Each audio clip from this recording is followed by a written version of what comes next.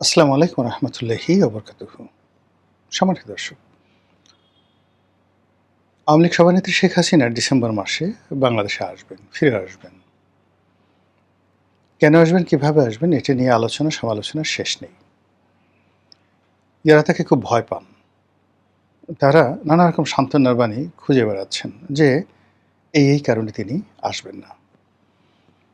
আর যারা মনে করছেন তিনি আসবেন, তাদের ৯৯% আওয়ামী লীগের লোকজন তারা মনে করছেন যে যেহেতু তাদের নেত্রী বলেছেন তিনি আসবেন, এটা ঈমান এবং ইয়াকিনের বিষয়।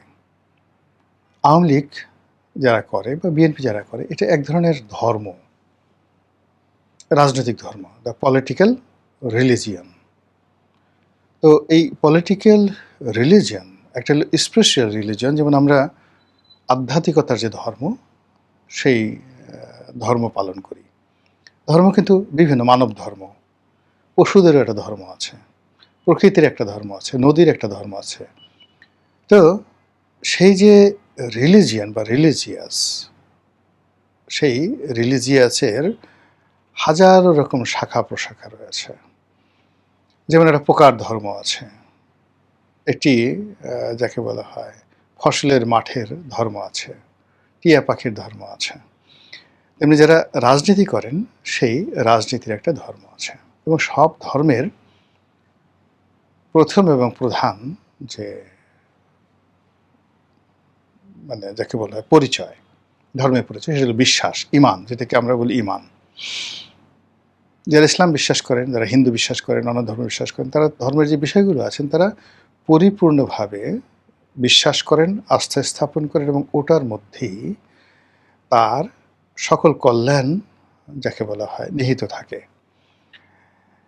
এবং সেই কল্যাণ প্রাপ্তির জন্য সে হাজারো রকম যাকে বলা হয় জুলুম, অত্যাচার, নির্যাতন সে ভোগ করে, কিন্তু ধর্ম ত্যাগ করে না, ইমান ত্যাগ করে না। এখন যেটাকে আমরা স্পিরিচুয়াল ধর্ম বলি, সেখানে যে প্রাপ্তিটা, সেই প্রাপ্তিটার 1%, 0.01%টাও প্র্যাকটিক্যাল নয়। তো প্র্যাকটিক্যাল নয়, আপনি মারা যাবেন, হুর পাবেন, জান্নাতে যাবেন, এর কোনোটাই আপনি দেখেননি, শোনেননি, শুধু বিশ্বাস করেছেন, বোঝার চেষ্টা করেন যে এর কোনো বস্তুগত 1% নেই। আপনি নবীকে বিশ্বাস করেন, আল্লাহকে বিশ্বাস করেন, ফেরেশতাকে বিশ্বাস করেন, মৃত্যুর পরে আপনার বিচার হবে, হাস্য নস্যে বিশ্বাস করেন। এই ব্যাপারটা, বিশ্বাসটা এতটা পাকাপোক্ত, আপনাকে যদি বলা হয় কোটি ভাগের 1 ভাগের একটা সাধারণ সিঙ্গেল বৈজ্ঞানিক প্রমাণ দেন, আপনি দিতে পারবেন না। তো যেখানে কোনো বস্তুগত বাস্তবতা নেই, তো সেখানে ধর্ম মানে স্পিরিচুয়াল ধর্ম, সেটার বিশ্বাসটা এতটা টনটনে যে আপনি বিশ্বাসীদের কাছে গিয়ে যদি তার বিশ্বাস সম্পর্কে একটা টু শব্দ করেন, আপনার কল্লাটা কেটে ফেলবে সঙ্গে সঙ্গে। তো সেই দিক থেকে অন্যান্য যে ধর্মগুলো আছে, বাস্তব ধর্ম, মানব ধর্ম, এই ধর্মের অনেকগুলোর যাকে বলা হয় বাস্তব মূল্য রয়েছে, বাস্তবের অস্তিত্ব রয়েছে, বস্তুগত যেটাকে বলা হয় সাবস্ট্যান্স রয়েছে। আর এগুলোর মধ্যে রাজনীতির ধর্ম, যে পলিটিক্যাল ধর্ম, এটা একেবারে টাটকা। এখানে আপনি এই ধর্মে বিশ্বাস করলে মন্ত্রী হবেন, এই ধর্মে বিশ্বাস করলে সোনা পাবেন, গহনা পাবেন, নারী পাবেন, বাড়ি পাবেন, গাড়ি পাবেন, এবং দুনিয়াতে ক্যাশ, নো কাইন্ড। এই যে দেখুন, 17 বছর সে একটা ধর্ম পালন করেছে।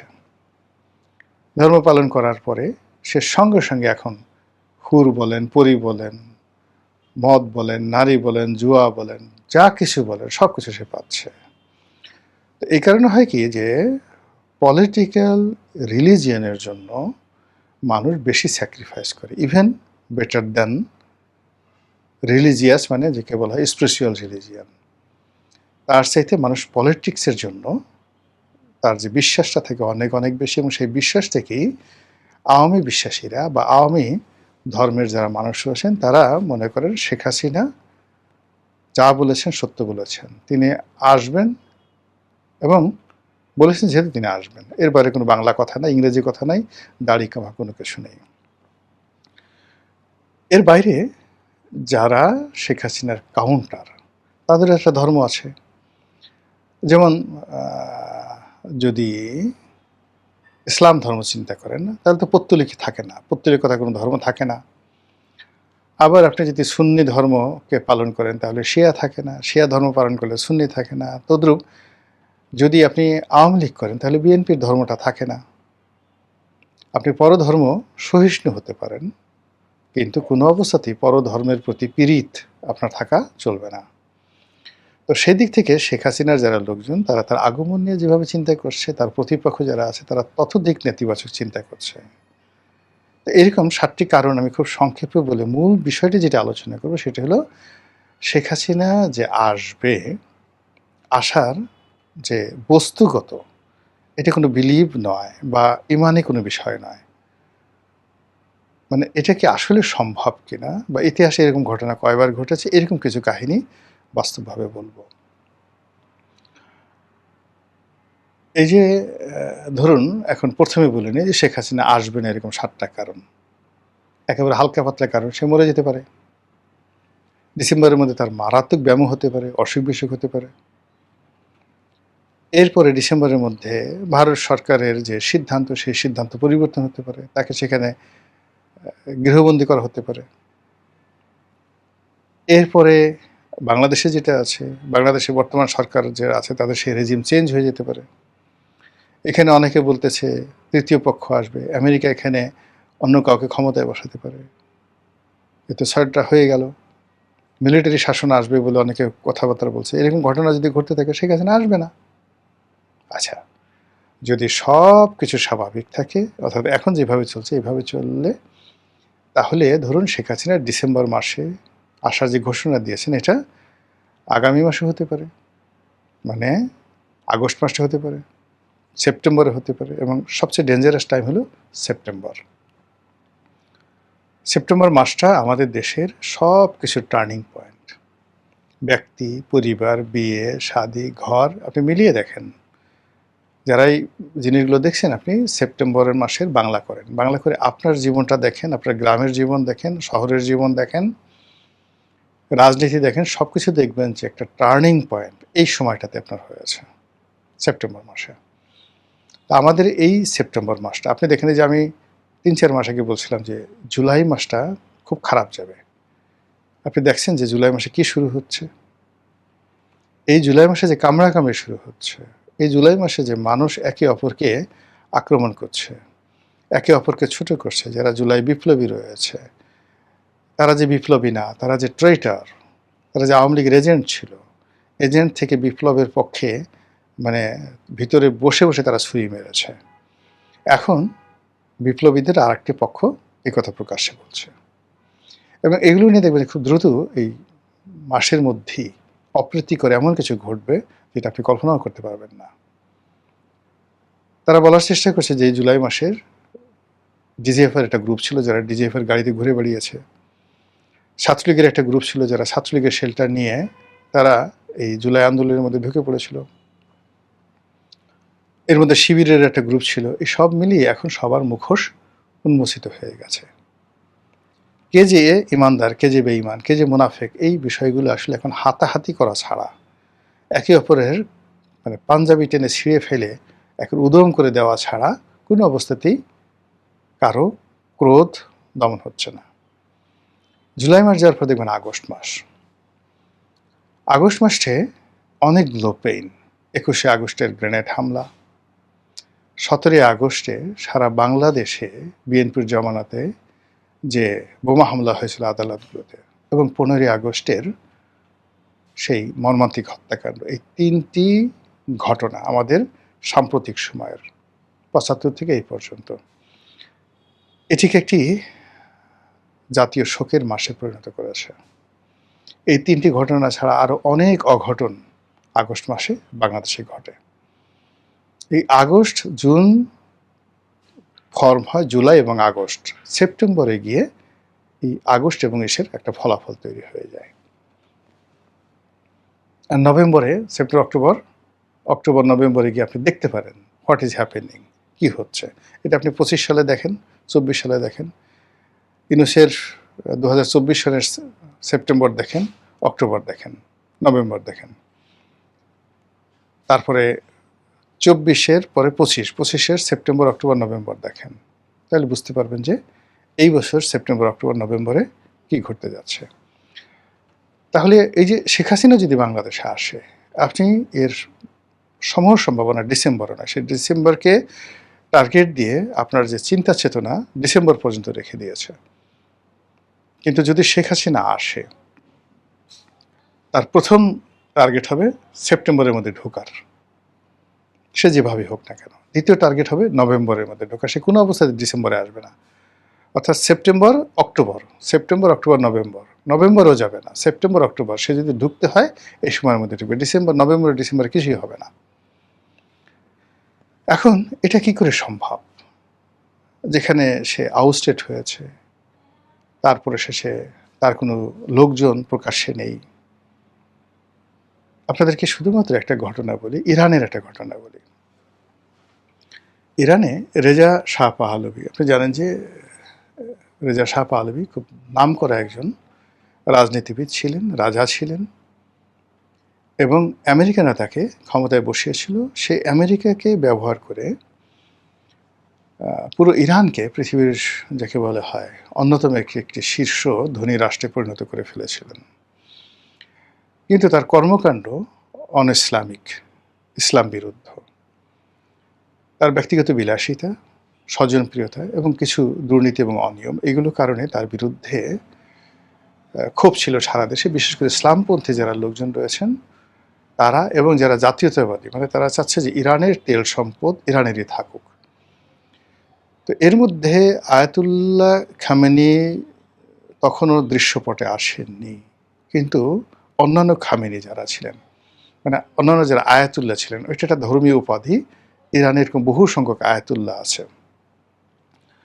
তো তারা উনার এই কর্মকাণ্ড, মেয়েরা স্কার্ট পরে ঘুরে বেড়াচ্ছে, ওপেন সেক্স করছে, ডিস্কো যাচ্ছে, ক্লাবে যাচ্ছে, তারপরে শেষে সেখানে যারা ধর্মকর্ম করে তাদেরকে এমন বলা হয় যে, সাইদি সাহেবের ওয়াজ, দিল হোসেন সাইদির একটা ওয়াজে আমরা শুনেছি যে তখন লোকজন বলতো, মানে রেজা শাহ পাহলভির লোকজন বলতো বা সাধারণ ইরানি জনগণ বলতো যে আমরা দুই শ্রেণীর মানুষকে খুব ঘৃণা করি, একটা হলো বেশ্যা আর একটা হলো এই যারা মোল্লা আলেম, এই মাথায় টুপি দিয়ে ঘুরে বেড়ায়। তো এরকম একটা পরিস্থিতি সেখানে চলছিল। ঠিক সেই সময়ের মধ্যে জাতীয়তাবাদী গ্রুপ যারা আছে, ইসলামপন্থীরা জনমত তৈরি করছিল, কিন্তু যারা জাতীয়তাবাদী রাজনীতি করতেন, মানে দেশভিত্তিক, দেশের ভিতরে সব কিছু হোক, যেটা নাসের করেছেন, যেটা বঙ্গবন্ধু করেছেন, মূলত বাঙালি জাতীয়তাবাদ, বাঙালিকে কেন্দ্র করে সব কিছু। এখন যেভাবে পাকিস্তানে বালুচ জাতীয়তাবাদ সেখানে জাগ্রত হয়েছে যে বেলুচিস্তানকে স্বাধীন করতে হবে, এরকম ইরানি যে জাতীয়তাবাদ, সেই জাতীয়তাবাদের যারা লোকজন তারা একটা গণ অভ্যুত্থান করে ফেললো মোসাদ্দেকের নেতৃত্বে, এবং সে দেশের প্রধানমন্ত্রী হয়ে গেলেন। এবং পরিস্থিতি এমন হয়ে গেল যে রেজা শাহ পাহলভি ক্ষমতাচ্যুত হয়ে গেলেন। সামরিক বাহিনী এই এখন তারেক জিয়ার মতো বা ইউনূস সাহেবের মতো সব কিছুই তাদের কথা মতো চলল।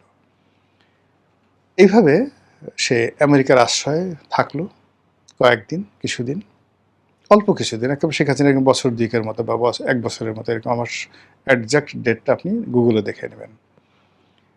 এরপর করলো কি, আমেরিকা সামরিক বাহিনীর মধ্যে কাউন্টার কু ঘটিয়ে দিল। কাউন্টার কু ঘটিয়ে এমন একটা পরিস্থিতি তৈরি করলো যে কোটি কোটি মানুষ তেহরানে রাজপথে নেমে আসলো রেজা শাহ পাহলভিকে রিসিভ করার জন্য।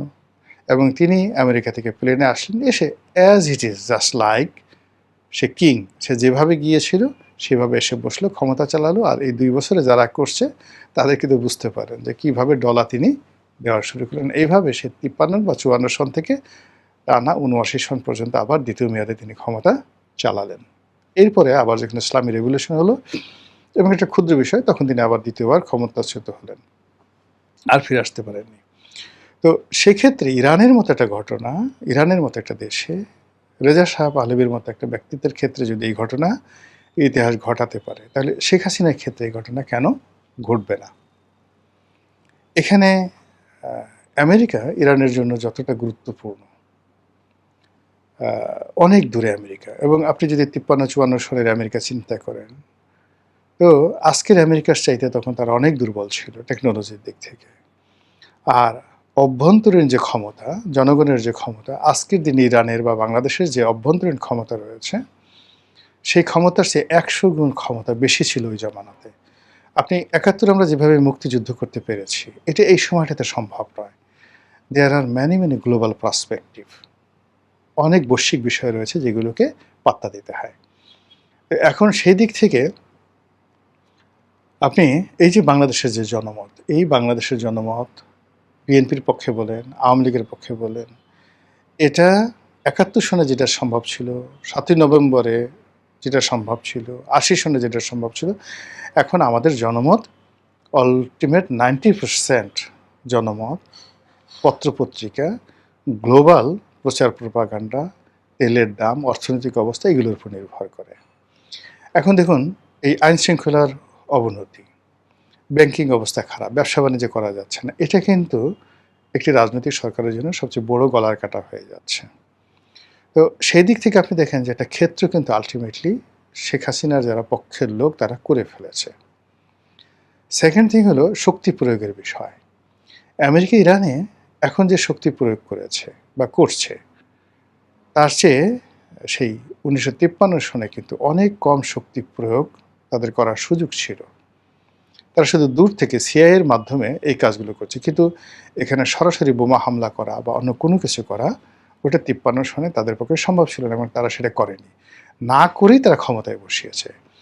কিন্তু এখন যদি তারা কাউকে ক্ষমতায় বসাতে চায়, আমেরিকা বসাতে চায়, তাহলে সেটা তাদের জন্য যত সহজ, যেটা ৫৩ সালে সম্ভব ছিল না। একইভাবে ভারত, ইরানের জন্য আমেরিকা যতটা ইফেক্টিভ তার সাথে ১০০০ গুণ বেশি ইফেক্টিভ আমাদের জন্য ভারত। এমনকি আমেরিকা আমাদের জন্য যতটা না ইফেক্টিভ তার চেয়ে ১০০ গুণ ইফেক্টিভ মায়ানমার। মায়ানমার এখন আমাদেরকে অনেক কিছু করে দিতে পারে, অনেক ক্ষতি করতে পারে, যেটা আমেরিকা সরাসরি করতে পারবে না। তারা বাণিজ্য অবরোধ দিতে পারে, মানে ওখান থেকে দূর থেকে বোমা মারতে পারে, খুব কিছু। কিন্তু এখানে মায়ানমার যে কাজ করতে পারে, সরাসরি সীমান্ত আঘাত করতে পারে, ভারতের কথা তো বলাই যায় না।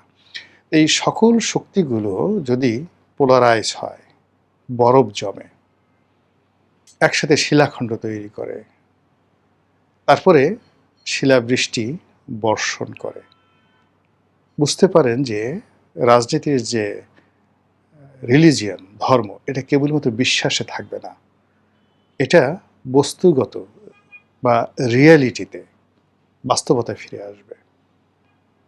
আপনি দেখুন অমিত শাহের কর্মকাণ্ড দেখুন, অজিত দোভালের কর্মকাণ্ড দেখুন, আমাদের পশ্চিমবঙ্গের মুখ্যমন্ত্রী যেটা হয়েছেন,